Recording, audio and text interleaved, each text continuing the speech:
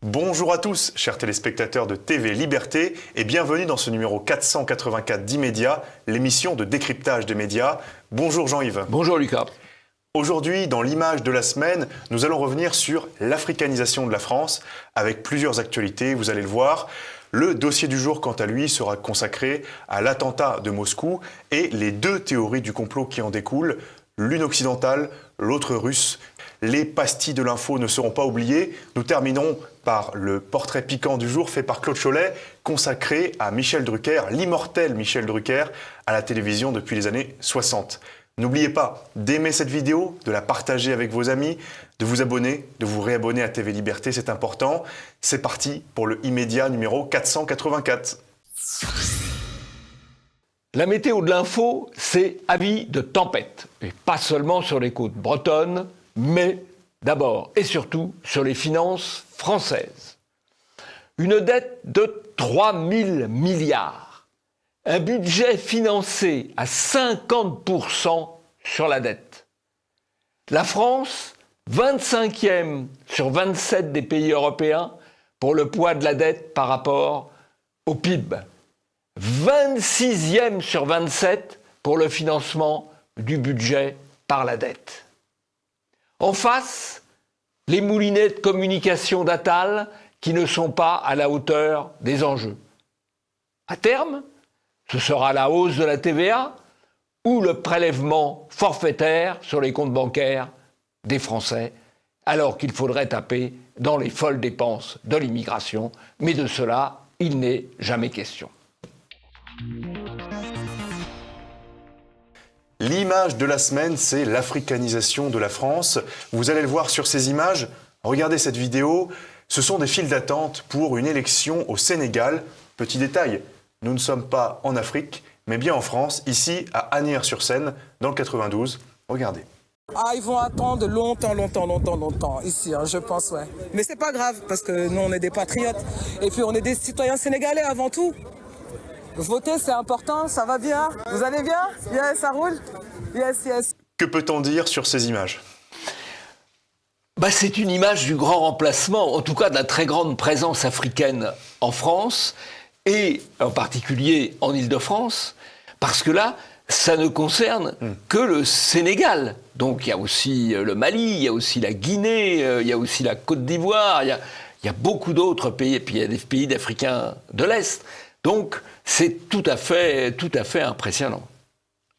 Alors, deuxième illustration qu'on peut également citer de cette africanisation, entre guillemets, c'est les bagarres de rue à Brest, dans le Finistère, où une centaine de personnes ont assisté 2 nuits durant à des combats de rue à main nue, au son du tam-tam, je cite, dans la tradition du Mouringué de Mayotte, comme le rapporte le journal breton Le Télégramme. Alors, F de Souche en parle également en diffusant une photo de ces combats de rue. Jean-Yves, encore une tradition africaine, peut-être comme c'était le cas de brûler les campements après les avoir occupés à Calais. Que peut-on dire en fait de cette confrontation de deux modes de vie ? Le vivre ensemble n'est pas facile, parce que c'est peut-être très bien à Mayotte ou aux Comores de faire des combats de rue avec du tam-tam. Ça ne correspond pas vraiment à la culture bretonne. Et donc, le vivre ensemble est très difficile. Mais ce qu'on constate, c'est l'installation de ces mœurs étrangères dans l'espace public. Sans apparemment que la préfecture et les autorités aient la moindre réaction. En tous les cas, toujours sur cette africanisation, les étrangers venus d'Afrique semblent être plus sujets à la délinquance, c'est ce que nous disent les chiffres, comme le démontre cette statistique de l'Observatoire de l'immigration, qui nous apprend que les ressortissants étrangers des pays africains, donc du Maghreb, étaient 11 fois plus représentés parmi les mis en cause dans les infractions dans les transports en commun l'an dernier, par rapport à leur part dans la proportion générale. Alors Jean-Yves, Que peut-on dire sur ces chiffres et pourquoi ils sont un peu éludés par les médias? Alors, d'abord, ces chiffres donnent une version presque inférieure à la réalité, puisqu'on compare la délinquance africaine ou maghrébine par rapport à l'ensemble de la population.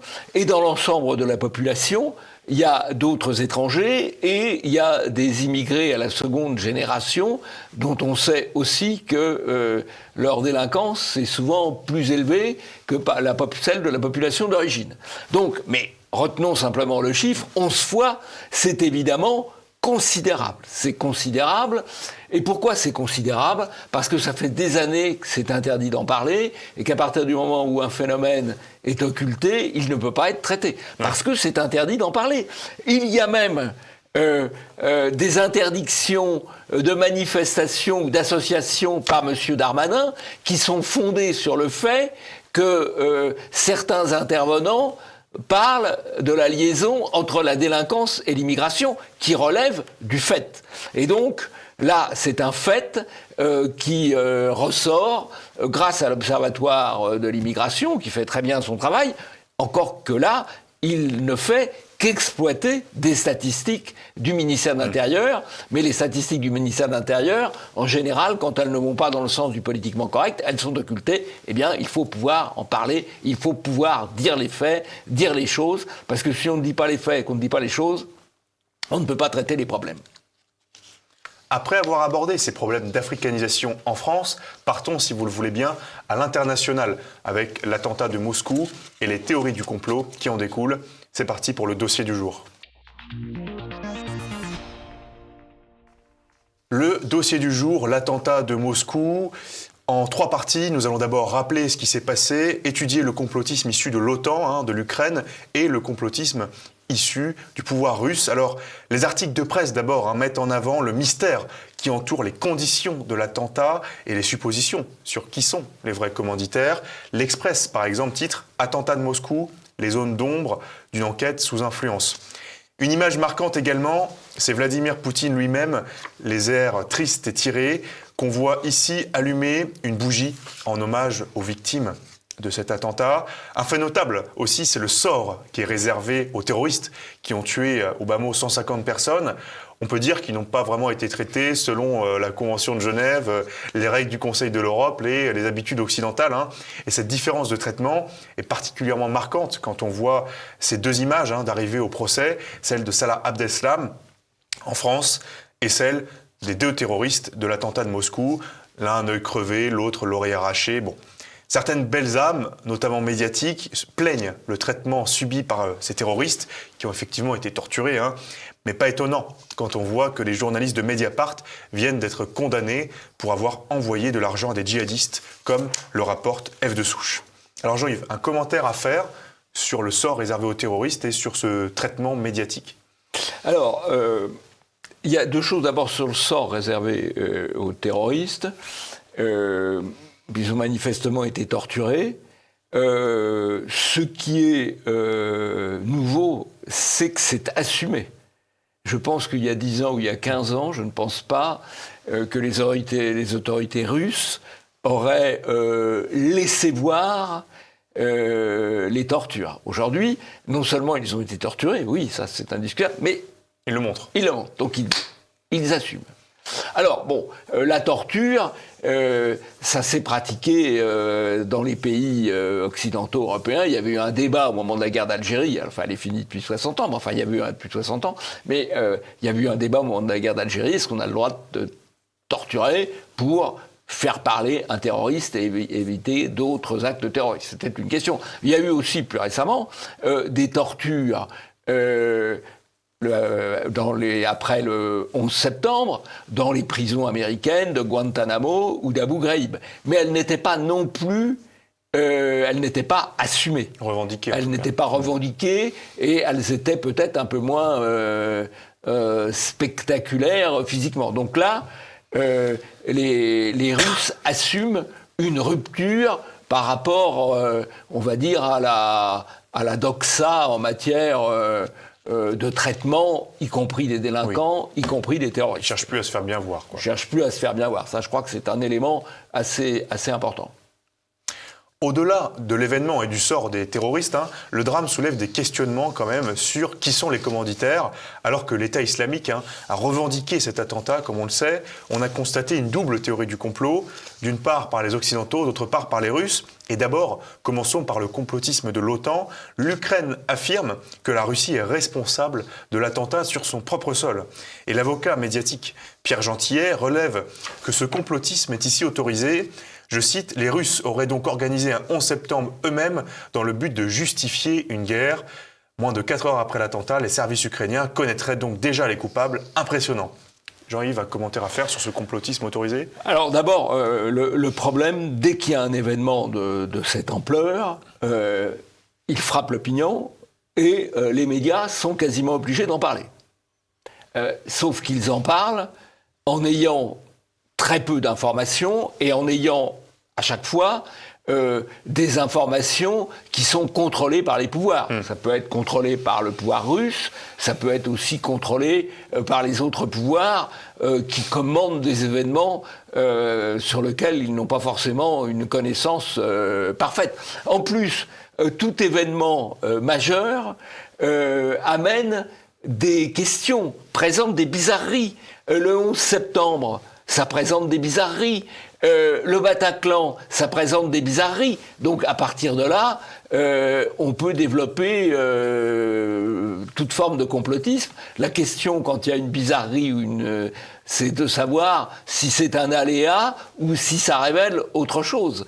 Il faut vraiment garder, dans toutes ces affaires, il faut garder l'esprit du doute. C'est très difficile de savoir ce qui s'est réellement passé dans cet événement, comme dans d'autres événements. Oui, c'est très récent. Vous savez, on continue de se poser des questions sur l'assassinat du président Kennedy, qui remonte à 1963. On peut aussi citer l'écrivain Laurent Ozon sur le traitement médiatique de l'assaut contre la Russie. C'est moche, mais c'est peut-être un attentat sous faux drapeau, fait-il dire aux journalistes. C'est la faute de Poutine. Le gouvernement est nul et les Russes sont victimes du pouvoir russe. Ne plus montrer les victimes, les visages, les gens pour limiter l'empathie et faire peser la responsabilité sur l'État russe. C'est vrai qu'on n'a pas eu, comme pour l'attentat du Bataclan ou pour les prises d'otages d'Israël, des visages pour personnifier, on va dire, ces victimes. On a plutôt parlé de l'incapacité du pouvoir russe à protéger sa population. Mais on a aussi assisté à du complotisme dans cet extrait du journaliste Pierre Servant sur LCI qui nous explique que la voiture des terroristes ne peut pas être la vraie car elle a seulement 2 portes. Écoutez. Cette histoire de l'arrestation des 4 terroristes, de 11 personnes au total du côté de Berdiansk, et tout ça c'est du pipeau total. Croyez que les gars prennent j'ai beaucoup de respect pour la voiture française dans laquelle ils se trouvaient. La Renault blanche. Une Dacia. Voilà, une 2 portes. Ouais. Une 2 portes. Non mais attendez. Alors, pour préciser, la réalité est quand même rappelée par une note de la communauté X bien utile. Servant dit que la voiture Renault Dacia a 2 portes. Or, c'est faux, car on voit bien sur ces photos que c'est une 4 portes. Alors, qui est Pierre Servant et que peut-on dire de cela ? Pierre Servant, en fait, c'est un colonel de réserve de l'armée française qui porte au fond les informations qui correspondent à l'intérêt politique du moment du point de vue des autorités officielles. Donc c'est un agent d'influence, au fond de tout ce qu'il y a de plus officiel dans l'armée française pour faire passer des messages, et en l'occurrence, là, pour faire passer des messages anti-russes. Voilà. C'est pas la première fois qu'il dit des sottises, d'ailleurs. Pierre Servant, depuis 2 ans, il a beaucoup brassé. Vous savez qu'il avait accusé les Russes dans l'affaire Nord Stream, etc. Voilà. On en reparlera plus tard. Bon. Mais au-delà de ces histoires du nombre de portes, ce n'est qu'un exemple du complotisme occidental autorisé. Mais comme je l'ai dit, on a de l'autre côté le complotisme russe. Et ce complotisme russe, il s'exprime notamment par une déclaration de Vladimir Poutine qui nous dit que le Kremlin dénonce un complot islamiste, nazi et occidental. Alors que l'État islamique a revendiqué l'assaut, le pouvoir russe persiste donc à accuser notamment les Ukrainiens d'application dans l'attentat contre le Crocus City Hall. Les suspects torturés avaient pourtant avoué leur culpabilité. En tous les cas, Il est vrai qu'en 2019, certains terroristes s'étaient bien réfugiés en Ukraine, comme le rappelle cet article du Point, ce qui pourrait alimenter les doutes. Alors, Jean-Yves, je vous le demande, mais est-ce que vous y croyez, vous, à cette théorie du complot? Quelle est, selon vous, l'option la plus vraisemblable? Je sais pas. Encore une fois, je fais preuve de doute dans l'affaire. Je pense par contre que l'intérêt du pouvoir russe, le pouvoir russe, il est en guerre avec l'Ukraine, il est en guerre avec l'OTAN. Donc il a quand même intérêt à dire que s'il a eu un problème, c'est à cause de ses ennemis actuels. D'autant plus que la Russie, c'est un État multiconfessionnel, c'est un empire multiconfessionnel qui contrôle l'islam, qui essaye de contrôler l'islam, qui organise un islam d'État, mais avec des fragilités. Et donc, cet attentat, s'il est effectivement réellement commis, ce qui semble quand même le cas, par des gens de Daesh ou des gens de l'État islamiste, c'est aussi marquer un coin, tenter de mettre un coin entre différentes populations de l'Empire russe, les populations européennes et les populations musulmanes. Donc ça joue sur une fragilité. De même que la guerre en Tchétchénie avait été alimentée par l'Arabie Saoudite et l'Occident, jusqu'à ce qu'une fraction islamiste, celle de Kadyrov, soutenue par le pouvoir russe, l'emporte sur la fraction islamiste soutenue par des éléments étrangers à l'Empire. Donc c'est sûr que ça souligne une fragilité. En tous les cas, en réponse à ces allégations de la Russie, certains journalistes français se contentent de dire, un peu avec cynisme, que si c'est vraiment les Ukrainiens derrière l'attentat, c'est un coup de maître absolu. Regardez. Enfin, si c'est un coup des Ukrainiens, c'est un coup de maître absolu. Je ne dis pas que c'est eux, mais je dis que si c'est eux, c'est un coup phénoménal. N'oublions pas quand même que Pourquoi ? Si c'était un coup des Ukrainiens, que ça soit possible de, à ce point, rentrer en Russie, d'être... Sur CNews, Mathieu Bock-Côté explique lors de sa chronique que le fait que Moscou soit visé peut susciter une réaction surprenante, créer des questionnements. Car on s'attend plutôt à ce que soient les villes occidentales qui soient visées par l'État islamique.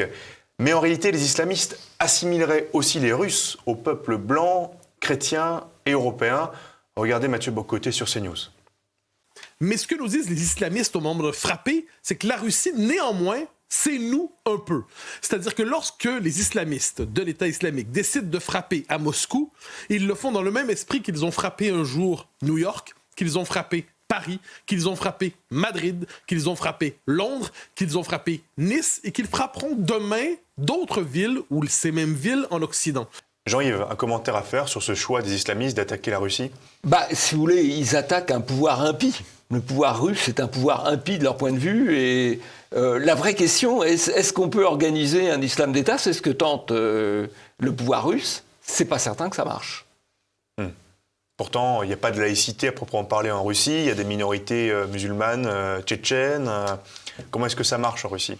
Ça marche par le fait que le pouvoir cherche à placer, à contrôler les imams, comme d'ailleurs le pouvoir soviétique, dans une période antérieure, cherchait à contrôler le clergé orthodoxe.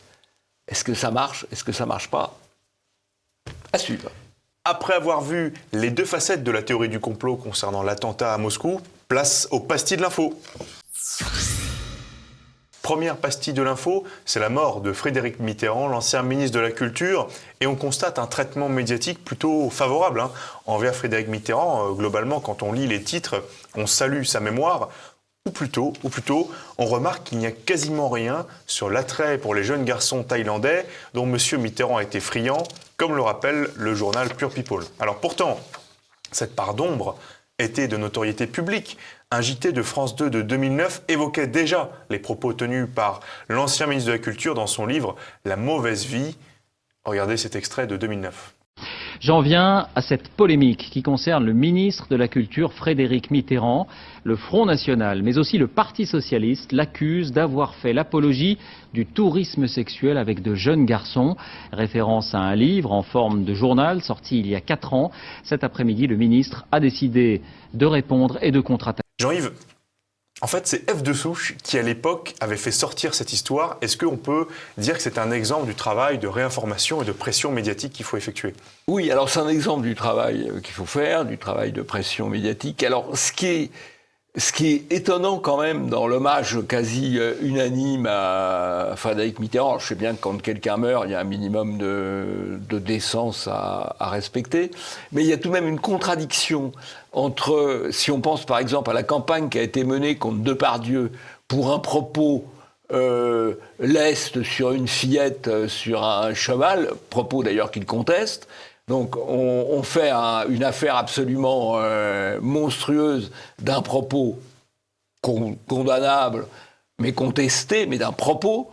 Et puis on angélise quelqu'un qui a assumé des actes de pédophilie il a nié qu'ils étaient mineurs à l'époque. Pardon ? Il a nié que ces jeunes étaient mineurs. Oui, mais il l'a nié après. Il a expliqué que c'était un boxeur de 40 ans, mais ça ne correspond pas à ce qu'il a écrit avant et que personne ne le forçait à écrire. Voilà. Bien sûr. Hein ? Bon, on a quand même eu... Et qu'il a probablement écrit parce que c'était un élément du succès du livre, puisque ça allait en faire parler. Un argument de promotion, ou indirectement un argument de promotion, voilà. Oui. Peut-être. Oui, on peut l'envisager. On peut penser que l'éditeur lui a dit oui, c'est un peu limite, mais ça va faire parler. C'est comme ça que ça se passe. Bon, on a eu quand même quelques interventions courageuses dans les médias pour rappeler qui était ce monsieur Mitterrand, qui faisait du tourisme sexuel objectivement, avec des jeunes garçons, à l'instar d'Éric Techner de Livre Noir, dans CNews. Écoutez. Il fait la propagande de la pédophilie et de la prostitution. Il dit lui-même que ça l'excite en Thaïlande auprès des jeunes. Moi, je veux dire, je fais partie de cette génération qui est scandalisée que ça ne l'ait pas disqualifié. Moi, je pense qu'on ne devrait pas, aujourd'hui, au XXIe siècle, lui rendre hommage ce soir. Je trouve ça extrêmement scandaleux. Jean-Yves, c'est là aussi un exemple de combat culturel. Voilà, est-ce qu'on peut désacraliser les idoles du régime ? Alors, c'est une vraie question et c'est très difficile de prendre la parole comme il l'a prise. Sur CNews, hein, donc quand même a priori une chaîne un peu plus libre que d'autres, mais quand vous prenez la parole en sortant de la doxa devant 3 ou 4 personnes qui partagent la doxa, il faut se sortir. C'est un effort psychologique, un effort en l'occurrence de vérité qu'il a fait. Je pense que c'est un bel exercice. Deuxième pastille, c'est les ciseaux de la censure, avec la pression du pouvoir sur les médias. 2 illustrations de l'ingérence dans les médias. C'est d'abord le Premier ministre Gabriel Attal et Emmanuel Macron dans un second temps, vous allez le voir. En effet, le Premier ministre Gabriel Attal a fait changer le bandeau d'une chaîne d'infos, comme le rapporte Florian Philippot, selon des informations issues d'un article du journal L'Express. Peut-être que ce bandeau malencontreux qu'avait commis BFM TV, que Attal a demandé de changer. On s'en rappelle, hein, c'était assez drôle. Alors qu'il venait d'être nommé Premier ministre, BFM titrait « Gabriel Attal, premier bain de boule ». Non, c'était pas ça. C'était beaucoup plus politique. C'était un bandeau qui ironisait un peu sur des déclarations gouvernementales, ce qui n'est pas dans le style habituel de BFM TV. Donc c'était normal qu'il se fasse taper sur les doigts. Les boules, c'est la... faute de frappe. C'est la faute de frappe habituelle, hein, voilà, fréquente. Hein, bon, voilà. Deuxième exemple, en tout cas, d'ingérence politique dans les médias. Macron aurait fait limoger un journaliste par son ami Rodolphe Saadé pour une qui aurait déplu au président de la République. Hein. En effet, Rodolphe Saadé, le nouveau patron de BFM et proche de Macron, aurait viré le directeur de la publication du journal La Provence. La cause, une au sujet du narcotrafic. Et après la visite du président, les dealers auraient dit « il est parti et nous, on est toujours là ». Le directeur de la publication de La Provence aurait depuis été rétabli après une grève, selon le journal Marianne. Jean-Yves, que pensez-vous de cette ingérence des politiques dans les médias ? Si vous voulez, là, c'est une leçon très, très directe adressée à tous les gens du groupe Saadé, hein, qui a repris maintenant BFM TV, RMC, etc., comme on en a parlé la semaine dernière. C'est tenez votre maison. Pas de dérapage anti-gouvernementaux, anti-présidentiels, et même si le directeur de la Provence, qui est au demeurant quand même un macroniste bon teint, est rétabli dans ses fonctions après avoir été suspendu ou viré provisoirement, il va faire très attention. Et soyez certains qu'on ne retrouvera plus ce type de une très, très vrai, très dur quand même, puisque le président fait tout un numéro dans la ville de Marseille, et 24 heures après, la situation est revenue comme avant. Ça, c'est pas une surprise. Ce qui est une surprise, c'est que ce soit en une de la Provence. Voilà. Et, à mon avis, ils ne vont plus recommencer. Et tous les patrons de journaux et de chaînes de l'Empire saadé, ils vont se tenir à carreau, encore plus qu'ils ne le faisaient avant. Bon, en tous les cas, Rodolphe Saadé semble assez bien dans le rôle qu'on attend de lui. Pour le service public, Rodolphe Saadé va représenter les modérés, je cite, et la neutralité dans les médias contre le bloc d'extrême droite de Bolloré. Regardez sur le service public. Rodolphe Saadé, c'est l'anti-Bolloré. Donc il est là aussi pour pouvoir garantir une certaine forme de neutralité des médias, notamment dans la perspective de 2027. C'est un entre-soi fascinant. Bon, surprenamment ou pas, il y a eu une absence de réaction de Reporters sans frontières aussi concernant ces ingérences politiques dans les médias, comme le souligne F de Souche.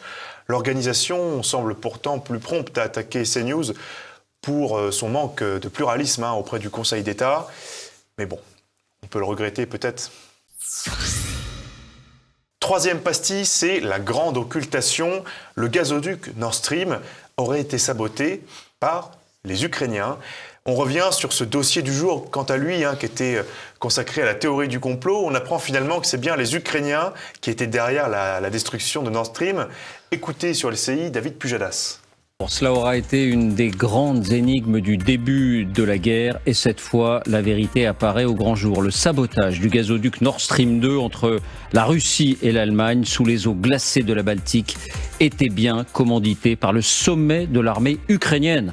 On avait déjà remonté la piste jusqu'aux voiliers, jusqu'aux traces d'explosifs à bord. Dire qu'on sait la vérité, c'est peut-être encore prématuré. Il est possible que les Ukrainiens aient été les commanditaires, pas sûr que c'était des exécutants, compte tenu des contraintes techniques de ce type d'acte pour un pays qui n'a pas d'accès notamment à la mer Baltique. Bon. Mais ce qui est intéressant, c'est de voir à quel point il y a une différence entre ce qu'on disait à l'époque dans les médias et ce qu'on commence à reconnaître aujourd'hui. Puisque à l'époque, on expliquait dans les médias que c'était les Russes, contre toute vraisemblance. Pourquoi faire sauter leur propre gazoduc ? On va passer à un extrait, justement. C'est pas ce qui était dit dans les médias à l'époque, affirmé par un bon nombre de journalistes. Regardez à l'époque ce qu'on disait sur l'attaque du gazoduc Nord Stream. Qui a saboté le gazoduc Nord Stream ? Anthony Bélanger. La Russie. C'est vrai ? Mais oui, la Russie. Les 4 explosions, les 4 fuites sont dues bien sûr aux Russes, soit par drone, soit par sous-marin, enfin tout est possible. Un drone sous-marin qui aurait été largué il y a plusieurs semaines d'un bateau de pêche. Ou le yacht d'un oligarque de passage. Jean-Yves, alors que pensez-vous du fameux de cette histoire et là aussi d'un certain complotisme autorisé ? Alors là, franchement, nous avions traité déjà sur Immédiat au moment de l'attentat, on avait émis plus que des réserves sur l'origine russe, puisque apparemment a priori les Russes n'avaient pas d'intérêt à faire sauter leur propre gazoduc. Pourtant, on avait vu sur tous les médias des explications, c'est les Russes. Et il y avait eu d'ailleurs, on faudrait le retrouver, une émission où il y avait 4 experts qui chacun se posaient la question pourquoi les Russes ont fait ça, par provocation, il y avait 4 hypothèses. Aucun des intervenants n'émettait l'hypothèse que ça pouvait être quelqu'un d'autre, une autre force que les Russes. C'est vraiment... Mais vous voyez, là, c'est toujours pareil. Il y a le mensonge. Un événement arrive, on ment, on désinforme, on bombarde, et puis 6 mois, 1 an, 2 ans après, quand l'affaire est un peu sortie de l'actualité, on rétablit la vérité. Sauf que le mensonge a été entendu massivement l'unité de bruit médiatique du mensonge, c'est 1000. L'unité de bruit médiatique du démenti, c'est 50. Et donc, on retient le mensonge. Quatrième pastille, c'est l'idiot du village global, Yann Barthès, audition à l'Assemblée nationale. Il était auditionné, Yann Barthès, à la demande du Rassemblement national, car son émission ne reçoit pas d'invité du parti de Jordan Bardella, et s'en targue, cocasse quant aux reproches à CNews, son manque de pluralisme. Alors on a eu un moment un peu gênant avec M. Barthès durant cette audition. Le champion du politiquement correct, le prince des bobos Yann Barthès, s'est égaré dans ses fiches et il était en difficulté. Regardez. Curieux comme nous le sommes, et il me manque la fin. Hop. Ah, il me manque la fin. Vous en faites pas, ça nous arrive aussi. Bah oui, j'imagine. C'est con, ça partait bien. Donc voilà, je voulais juste rappeler que... Jean-Yves, on a l'impression que ce genre de journaliste est un peu plus mal à l'aise sans prompteur. Oui, ce genre de journaliste est mal à l'aise sans prompteur. Il est aussi très à l'aise pour être agressif vis-à-vis de tout ce qui n'est pas politiquement correct quand il est entouré de toute une cour qui le protège. Voilà, ça montre les limites de l'exercice. La vraie question qui se pose quand même, et pourquoi l'ARCOM ne fait pas d'observation à quotidien, qui a reconnu publiquement ne jamais inviter les représentants d'un courant politique à hauteur de 30 à 40% de l'opinion. Félicité par Olivier Véran à l'époque. Félicité par Olivier Véran, etc. C'est tout de même extraordinaire. Alors ils s'en tirent effectivement en temps de parole parce qu'ils prennent des extraits, qui sélectionnent et qui commentent. Ce qui est évidemment d'une malhonnêteté absolue. C'est pas les meilleurs extraits qu'ils prennent. Puis ils commentent à leur manière, puis c'est pas les meilleurs extraits. Enfin, c'est absolument monstrueux comme méthode. Mais ce sont les méthodes du service public pour parler de tout ce qui ne leur plaît pas. C'est de parler à la place des autres ou de faire parler les autres en leur absence, ce qui est évidemment plus facile pour démontrer ce qu'on veut démontrer. L'ARCOM devrait se pencher sur ce type de méthode. C'est la stratégie du ricanement aussi. C'est la stratégie aussi du ricanement, oui. Quand on voit l'attitude physique même de M. Barthès, qui est toujours en costard-cravate pour ses émissions, là il vient en polaire, t-shirt, on voit qu'il veut casser, on va dire, l'image, bien sûr. Faux rebelle. Bon, et vous avez des prompteurs ? Ah, jamais de prompteur. Si, pour la météo de l'info. Voilà. On arrive au terme de ce immédiat numéro 484. Merci pour votre fidélité, merci de nous avoir suivis. N'oubliez pas d'aimer cette vidéo, de la partager avec vos proches, de vous abonner aux médias de réinformation TV Liberté, c'est très important. On ne se quitte pas sans le portrait piquant du jour consacré à l'immortel Michel Drucker sur les ondes depuis les années 1960. Et si Michel Drucker n'était pas réellement immortel, alors il serait panthéonisé. L'inoxydable. C'est ainsi que l'on pourrait surnommer Michel Drucker. 60 ans de télévision au compteur et toujours fidèle au poste. Michel Drucker a commencé sa carrière de journaliste en 1964. 60 ans plus tard, il continue de présenter l'une des émissions phares des Français sur France 2. En 6 décennies à la télévision, Michel Drucker s'est construit une image parfaitement lisse de gentil animateur proche de son public. Pourtant, son engagement politique constant et assumé, ou sa proximité avec le pouvoir financier ou étatique, sont rarement évoqués. Michel Drucker est né en 1942 à Vire. Son père, Abraham Drucker, natif de Roumanie, et sa mère, originaire de Vienne, arrivent en France en 1925 et sont naturalisés français un peu plus tard, en 1937. Bien que de confession juive, le chef de famille Drucker a souhaité faire baptiser ses 3 fils. Abraham Drucker sera déporté à Drancy, ce qui marquera la famille. Époux de l'actrice Dany Saval, Michel Drucker aura une liaison tumultueuse avec la journaliste écrivain africaine Calixte Beyala, qui, dépité, le décrira comme, je cite, un homme qui vit dans le passé d'une France raciste, racialiste. Chevalier des arts et des lettres, Officier de la Légion d'honneur, Michel Drucker n'a fait que de courtes études.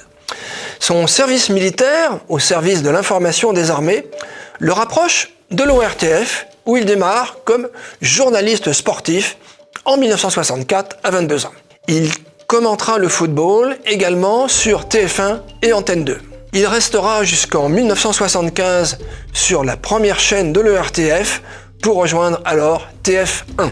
Il devient impossible ensuite de rendre compte totalement d'une carrière aussi riche où les émissions à succès font florès. La preuve par 4, Sport en fête, Star, Champs-Élysées, j'en oublie. Et bien entendu, les rendez-vous du dimanche, devenus ensuite Vivement Dimanche. En octobre 2011, il annonce voter pour la primaire du Parti socialiste. Il déclare avoir voté pour François Hollande pour le second tour de l'élection de 2012. Son influence politique est réelle. Vivement Dimanche est le talk-show le plus suivi de France, où il était jusqu'à une date récente, avec 15% de part d'audience en moyenne. Une invitation dans l'émission de Michel Drucker fait donc figure de passage quasi obligé pour les politiques. Proche de Jacques Chirac, du couple François Hollande-Julie Gaillet, mais aussi de Nicolas Sarkozy, il refusera toujours d'inviter Jean-Marie ou Marine Le Pen, alors qu'il reçoit sans sourciller Jean-Luc Mélenchon ou Olivier Besancenot. Nous n'avons pas le temps d'évoquer sa filmographie, ses livres, sa carrière à la radio, ses liens avec la cause d'Israël, ses animations des victoires de la musique ou ses revenus plantureux.